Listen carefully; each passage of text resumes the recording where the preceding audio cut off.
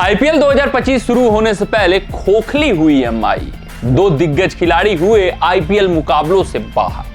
अगर हम बात करें मुंबई इंडियंस की, तो आईपीएल 2025 का जो आगाज है वो सुखद नहीं दिखाई दे रहा है यार। एक नहीं बल्कि दो खिलाड़ी जो कि महत्वपूर्ण, जो कि बैकबोन कहे जा सकते हैं मुंबई इंडियंस के, वो आईपीएल 2025 के शुरुआती मुकाबलों से बाहर। आपको पता है आईपीएल एक बड़ा टूर्नामेंट है, अगर इसमें आगाज आपको अच्छा नहीं मिलता है, अगर आपकी शुरुआत दमदार नहीं होती है, तो फिर कमबैक कर पाना बहुत मुश्किल होता है। और मुंबई इंडियंस जो पिछले संस्करण में निचले पायदान पर थी, मुंबई इंडियंस जो हार्दिक पांड्या की कप्तानी में बहुत ही बुरे दौर से गुजरी थी, उसको शुरुआत सॉलिड चाहिए था, उसको धमाकेदार शुरुआत चाहिए था। वो शुरुआत शायद न मिल पाया अब, क्योंकि उनके दो बेहतरीन, दो बेमिसाल, दो अद्भुत, दो अविश्वसनीय खिलाड़ी आईपीएल 2025 के शुरुआती मुकाबलों से बाहर हैं। हाँ, इन दो खिलाड़ियों की अहमियत बहुत है। सबसे पहले अगर हम बात करें सबसे बड़े खिलाड़ी की, वो कप्तान नहीं है, लेकिन है वो कप्तान से बड़े खिलाड़ी। नाम है उनका जसप्रीत बुमराह। ये अगर नहीं खेलेंगे तो आप समझ सकते हैं कि लगभग 6-7 खिलाड़ी बाहर हो गए। इनसे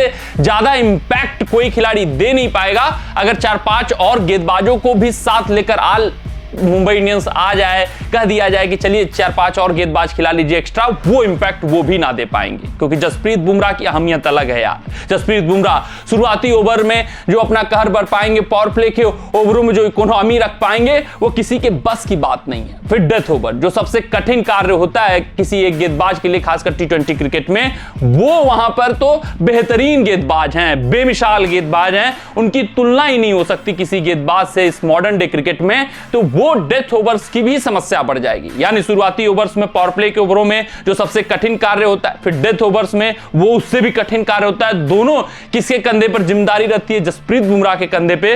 वो उपलब्ध नहीं रहेंगे, वो भी 1-2 मुकाबले के लिए नहीं, लगभग 3 मुकाबलों के लिए जसप्रीत बुमराह नहीं उपलब्ध होने वाले हैं, ये तय हो चुका है। पहला मुकाबला जो 23 मार्च को होगा चेन्नई सुपर किंग्स के खिलाफ, वो ये खेलते हुए नहीं दिखेंगे। 29 मार्च वाला गुजरात टाइटंस के खिलाफ जो मुकाबला होगा, वो भी खेलते हुए जसप्रीत बुमराह नहीं दिखेंगे। माना जा रहा है कि जो होम ग्राउंड पर मुकाबला होगा मुंबई में 31 मार्च को, वो शायद खेल पाए। अगर वहां पर भी उपलब्धता नहीं हो पाएगी तो आगे एक्सटेंड हो जाएगा, क्योंकि अभी कोई क्लियरेंस नहीं आया जसप्रीत बुमराह की इंजरी पर, और कब तक फिट हो पाएंगे ये कहा नहीं जा सकता। अनुमान लगाया जा रहा है कि 29 मार्च तक तो नहीं ही खेलेंगे। वहीं अगर हम बात करें दूसरे खिलाड़ी की, तो वो खुद कप्तान हार्दिक पांड्या है।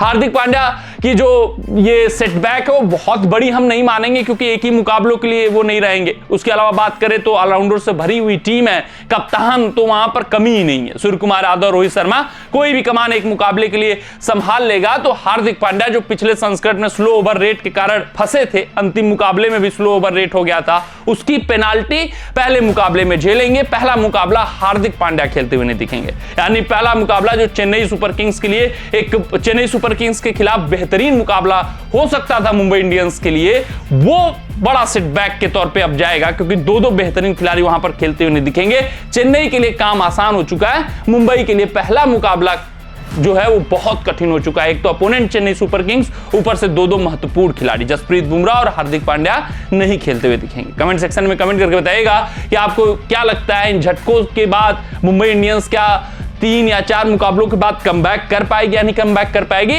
या इसका कोई असर नहीं पड़ने वाला। मुंबई इंडियंस इस बार धमाकेदार तरीके से खेलेगी और इस बार ट्रॉफी उनकी होगी। कमेंट सेक्शन में अपनी राय जरूर साझा करिएगा। मिलते हैं आपसे अगले रिपोर्ट में, तब तक आप अपना ध्यान दें, सुरक्षित रहें, स्वस्थ रहें, मस्त रहें। जय हिंद, जय भारत।